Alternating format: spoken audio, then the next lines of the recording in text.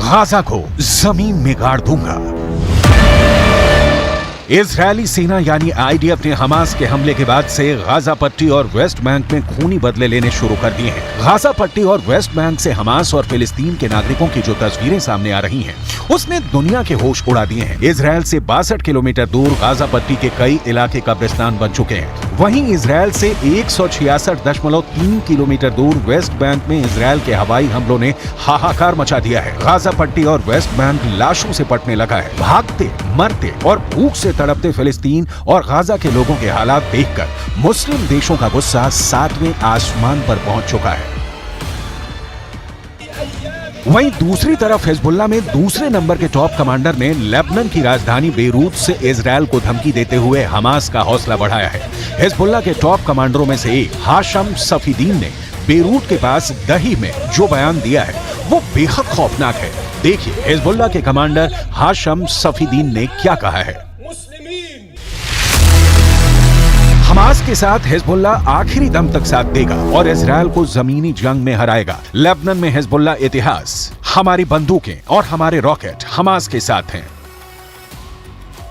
Gaza पट्टी में Israel ने भयानक गदर मचाना शुरू कर दिया है। हमास के कमांडर और लड़ाकों को चुन चुन कर इस वक्त इजरायल की स्पेशल फोर्स मार रही है। हालात ये हैं कि गाजा पट्टी इस वक्त पृथ्वी का नर्क बन चुका है। इजरायल के रक्षा मंत्री योव गैलेंट ने इजरायली नागरिकों को साफ आदेश दे दिए हैं कि गाजा पट्टी को इस तरह से तबाह करो कि मिडिल ईस्ट में गाजा पट्टी की पहचान ही खत्म हो जाए। इजरायली वायुसेना और स्पेशल फोर्स ने हमास के कई टॉप कमांडरों को मार डाला है। 2000 से ज्यादा हमास के लड़ाके मारे जा चुके हैं। हमास की इमारतों को भी चुन चुन कर तबाह कर रहा है।